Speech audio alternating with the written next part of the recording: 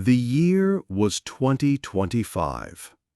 A very important meeting was set to happen in the cold state of Alaska. The air was crisp and the stakes were very high for everyone. Two of the most powerful leaders in the world would meet. One was Donald Trump, the President of the United States. The other was Vladimir Putin, the President of Russia. They came together for one main reason: to talk about the war in Ukraine. This war had been going on for a long time. It was a brutal conflict that caused much pain and destruction. Before this meeting, President Donald Trump had told people he had a plan. He promised that if he was elected, he could end the war in Ukraine in just 24 hours. This was a very bold promise that caught the world's attention. Millions of people around the globe watched closely. They hoped that this meeting would bring peace. They wondered if these two strong leaders could really make a deal to stop the fighting. The future of Ukraine, a country deeply affected by years of war, hung in the balance. All eyes were on the cold land of Alaska, waiting to see what decisions would be made. This summit was a moment for the world to hold its breath and hope for an end to the long conflict. 2. The meeting place. The important meeting happened on August 15, 2025. The chosen place for this high-level summit was Joint Base Elmendorf-Richardson in Anchorage, Alaska. This was a U.S. military base, a place of serious importance. It was chosen for its distance and security, making it a fitting stage for such powerful leaders. The cold Alaskan air did not lessen the weight of the moment. When Russia's President Vladimir Putin arrived, U.S. President Donald Trump was waiting to greet him. The welcome was formal and grand, showing full military honors. A long red carpet was rolled out across the tarmac for President Putin to walk on. Above, U.S. military aircraft flew overhead in a special formation. This aerial display was part of the very traditional and formal welcome. Pictures showed the two presidents shaking hands, marking an unusual event. A leader who faced international sanctions was formally welcomed on U.S. land. Many important officials joined their presidents for the talks. From the American side, President Donald Trump led the delegation. He was joined by key advisors like U.S. Secretary of State Marco Rubio and Special Envoy Steve Witkoff. On the Russian side, President Vladimir Putin had his own team. This included Foreign Minister Sergei Lavrov and several other senior aides. These trusted people were there to assist their leaders as they discussed the very difficult issues of war and peace. However, some very important people were noticeably absent from this meeting. Ukrainian President Volodymyr Zelensky was not present at the summit. This was a significant detail, especially since the war in Ukraine was the main reason for the meeting. Also, leaders from European countries, who are close allies of Ukraine, were not invited to join these talks. President Zelensky later shared his concern about being left out. The fact that Ukraine and European leaders were not at the table shaped how many people viewed the summit. The world watched this meeting closely, hoping for steps towards ending the long conflict. 3. What they said. The private talks between President Donald Trump and President Vladimir Putin lasted for about 3 hours.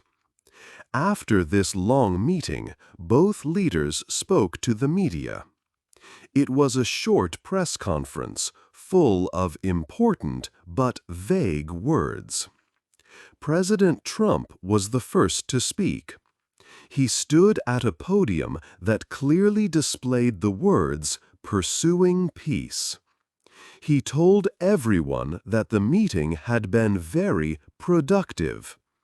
He announced that they had made some great progress in their discussions. However, he did not offer many specific details about what this progress was. President Trump stated that his main goal was to bring Ukraine and Russia together to talk. He said he was not there to negotiate on behalf of Ukraine. He emphasized that he wanted the fighting to stop very quickly, saying, "I want the killing to stop." Then President Putin took his turn to speak. He also used positive language. He told reporters that he and President Trump had reached an understanding on several important problems. But, like President Trump, he did not share any exact specifics of what this understanding involved. President Putin added that for any peace to last, the root causes of the war must be addressed. He was referring to long-standing issues such as NATO expansion and Russia's security concerns. He also issued a clear warning to Ukraine and its European supporters. He advised them not to throw a wrench in the works, meaning they should not try to disrupt the ongoing peace efforts. During this brief press conference, neither President Trump nor President Putin took any questions from the many eager reporters present. This lack of a question and answer session left many crucial details unconfirmed. It created an atmosphere of minimal transparency, leaving the public and journalists without concrete answers. Later, in an interview with the media, President Trump shared more thoughts. He mentioned that 1 or 2 significant items still needed to be resolved. He firmly stated that it was now up to Zelensky to get it done. President Trump directly advised Ukraine's President Zelensky, telling him, "Gotta make a deal." He explained that Russia held more power in the conflict and that it was urgent to end the fighting. Despite the positive words from both leaders, it was notable that no ceasefire or truce was announced. The war continued even as they spoke. Reports came in of air raid alerts sounding in eastern Ukraine, and drone strikes were reported in some parts of Russia during the time of the talks. This confirmed that the fighting did not pause for the summit. President Trump himself clarified there was no final agreement, stating clearly, "There's no deal until there's a deal." The leaders left Alaska without a promise to stop the conflict. 4. The big question. The most important goal of the summit was to bring peace to Ukraine. Before the meeting, President Donald Trump had promised to end the war quickly, perhaps even in 24 hours. Many people around the world hoped for a ceasefire, which means a formal stop to the fighting. However, after the 3 hours of private talks, no agreement for a ceasefire was announced. This was the big question everyone had. Why did the war not stop? President Trump told reporters that they had made some great progress. Yet he clearly stated, "There's no deal until there's a deal." This phrase showed that a full agreement was still missing. President Vladimir Putin also spoke, saying he and Trump reached an understanding, but he gave no clear details about a peace plan. The main point was that the war was still going on. During the summit itself, fighting did not stop in Ukraine. While the two presidents were talking in Alaska, there were still air raid alerts in eastern Ukraine. This meant people had to run for safety from bombs. Also, there were news reports of new drone attacks in different regions of Ukraine and Russia, showing the conflict was still very active. It made people wonder if the leaders were serious about ending the war right then, or if the talks were just to show something was happening. After their brief statements to the press, neither President Trump nor President Putin answered any questions. Reporters from around the world tried to ask important things about the future of the war and the lack of a ceasefire. They shouted their questions, but the leaders simply left the room without talking more. This created a feeling of great secrecy. People did not get clear details about the talks or why a ceasefire was not possible. The world was left with the biggest question of all. What would happen next, and when would the terrible war truly end for Ukraine? Why they met. The war in Ukraine began in February 2022 when Russia launched a full-scale invasion. Since that time, the conflict has brought immense suffering and destruction to the region. It is now considered the deadliest war in Europe in 80 years. The human cost of this conflict has been incredibly high. Analysts believe that more than 1 million people have been killed or injured on both sides. This grim number includes countless Ukrainian civilians who have lost their lives or suffered severe injuries due to the ongoing fighting. Beyond the casualties, the war has also forced millions of people to leave their homes, creating a vast refugee crisis across Europe and beyond. On the ground, the military situation remains tense and complex. Russia currently controls a large portion of Ukraine's territory. About 1/5 of Ukraine's land is now occupied by Russian forces. This includes strategically important areas such as Crimea and parts of the eastern Donbass region, which have been points of conflict for years. The government of Ukraine has strongly stated its refusal to formally give up any of its land, viewing it as a matter of national sovereignty. This fundamental disagreement over territory makes finding a lasting peace settlement very challenging. The relentless fighting, the heavy casualties, and the widespread humanitarian crisis have created strong international pressure for a resolution. Many countries, global leaders, and humanitarian organizations are urgently pushing for a way to stop the conflict. They want to find a path to peace that can end the violence and alleviate the immense suffering.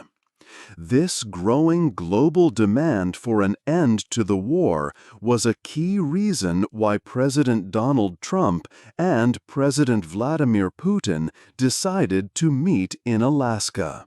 The world watched with great anticipation, hoping that their direct talks could finally lead to an agreement and bring an end to the tragic crisis.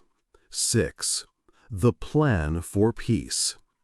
President Donald Trump had a clear goal for the Alaska meeting. He wanted to get a quick agreement to stop the fighting in Ukraine. Before the summit, he often said he would end the conflict quickly if he became president again. He aimed to make Russia agree to a ceasefire. He even said there would be serious consequences if no peace was reached. His main hope was to achieve a rapid ceasefire and stop the killing. He often spoke about wanting to see a quick end to the violence. Days before the meeting, the United States talked with its European partners. President Trump held a video call with European leaders and Ukrainian President Zelensky on August 13. In this call, European officials stressed that stopping the fighting must be the first step in any peace process. President Trump also tried to calm fears that he might ask Ukraine to give up land. He said Ukraine itself would decide on any land agreements. The goal was to show a united front, but some people worried that Europe's influence might be small. Many hard topics were on the table during the summit discussions. One main point was how to get a ceasefire, or a stop to the fighting. Ukraine and its friends said that any ceasefire needed clear rules and Ukraine's agreement. Another important topic was security guarantees for Ukraine. Ukraine asked for strong support from the U.S. to help protect its future. This could mean continued military help from Western countries. Russia, however, wanted Ukraine to promise it would never join NATO. Russia also wanted its control over parts of Ukraine, like Crimea, to be accepted. Ukrainian officials said they would not officially give up any land. President Trump stated that Ukraine would make the final decision about its land. But some worried that this could mean Russia keeps the land it already has. Economic tools were also part of the plan. President Trump had put new tariffs on countries buying Russian oil, like China and India, to put pressure on Russia. He hinted that he might delay these tariffs if the talks went well. It was thought that removing some economic sanctions might be discussed as part of a peace deal, though no promises were made. After the summit, President Trump did say he would hold off on new sanctions for a while, saying the meeting was very good. This shows sanctions were a key part of the negotiation strategy. These talks aimed to find a way forward, covering difficult issues to bring peace. 7. What people thought. The meeting between President Donald Trump and President Vladimir Putin ended, but people around the world had many thoughts about it. In Ukraine, the government watched carefully. President Volodymyr Zelensky had said before the meeting that the talks should lead to a just peace. He hoped for three-way talks that would include Ukraine. He repeated, "It's time to end the war," and added, "We are counting on America." After the summit, a Ukrainian politician, Oleksiy Honcharenko, said that Putin had gained more time. He noted that there was no ceasefire or de-escalation agreed upon. People in Ukraine also saw that Russian attacks continued during the talks. This made them doubt if Russia truly wanted to stop the war right now. America's allies and politicians had mixed feelings. European leaders were careful with their words. They wanted to see the details of what was discussed. Before the meeting, many European officials had said that stopping the fighting should be the first step in any peace plan. After the summit, top European diplomats spoke with President Trump. They wanted to make sure they were not being tricked by Russia in any deal. Some lawmakers in the United States, especially from the Democratic Party, did not like that President Trump met privately with Putin. They felt it put America's allies aside and might weaken their support for Ukraine. Foreign policy experts had strong opinions. Many said that President Putin gained the most from the meeting politically. One expert said that Putin would return to Moscow with a smile. This was because he got a high-profile meeting without giving up anything important about the war. An analyst named Jamie Detmer wrote that President Trump's friendly actions made Putin look more like a normal world leader. Detmer said that Putin seemed to get the most out of the meeting. He also noted that Putin left Alaska without agreeing to stop the fighting, even though President Trump had said Putin wanted to save lives. Other experts, like former U.S. Ambassador John Herbst, warned that Putin's main goal was to break the unity among Western countries and avoid new financial penalties, not to end the war. Herbst argued that Putin has no interest in making peace. Many experts pointed out that there was nothing real or tangible that came out of the meeting. Bill Taylor, who was also a U.S. ambassador to Ukraine, said that a ceasefire was the most important thing for the summit to be a success. He said that if no ceasefire happened, then Trump hasn't won, and the meeting would be seen as just a way to delay things. These experts strongly believed that Ukraine's leaders must have the final say in any peace deal.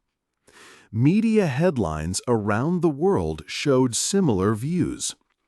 In American news, some people called the summit a nothing burger, meaning it had no real result. They said President Trump did not get anything solid on peace. Many news articles agreed that the great progress President Trump spoke about was very unclear. A main U.S. newspaper headline clearly stated, "No deal on Ukraine ceasefire after Trump-Putin meeting." In Russia, official news proudly showed the meeting as friendly and helpful. Russian state media highlighted Putin praising Trump. They also tried to make Ukraine seem like it did not want peace. Experts internationally warned that Russia would use the summit to try and weaken the group of countries supporting Ukraine. They pointed out that Russian forces even attacked during the talks, showing that Putin did not plan to stop the fighting soon. 8. The story so far.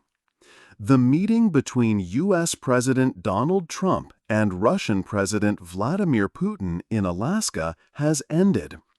Many people around the world had high hopes for this summit, wishing for a quick end to the war in Ukraine. However, a major goal was not achieved. There was no agreement announced for a ceasefire, which means the fighting did not stop. During the talks, air raid sirens were still heard in parts of Ukraine, and new drone strikes were reported. This showed that the war remained active on the ground. Both presidents used positive words about their discussions. President Trump stated that the talks were productive and that some great progress had been made. President Putin also said that he and President Trump had reached an understanding on important matters. But after their brief statements, neither leader shared many specific details with reporters. They also chose not to answer any questions. This lack of clear information led many to feel that the outcome was vague and that not much had truly changed. Foreign policy experts noted that President Putin appeared to benefit the most politically from the meeting. He received a formal welcome on U.S. soil without having to make any big concessions regarding the ongoing war. Many called the summit a nothing burger because it lacked concrete results. Now attention turns to what might happen next. President Trump has said he will speak soon with President Zelensky of Ukraine and leaders from NATO countries. He suggested that if his talks with President Putin were helpful, a new meeting might be possible, potentially including President Zelensky. This would make it a three-way discussion about finding peace. President Putin also hinted at future talks, suggesting that the next meeting could even happen in Moscow. But for now, no firm dates or clear plans for these future discussions have been set. The story of the Alaska summit is one of hopeful beginnings but few immediate changes. President Trump had promised to end the war within 24 hours if elected, setting a high expectation for this meeting. Yet, the summit concluded with the conflict still ongoing and its future uncertain. It appears this meeting served more as a step for continued diplomacy rather than a final solution to the war. Do you think face-to-face meetings like this can truly help end a war, or are they just for show? Hey there! Just a second before you go. If you learned something new today, please give this video a like, write your thoughts in the comments, and subscribe to the channel. It only takes a second, and it really, really helps to create even better English videos for you. Your support means the world. Thank you.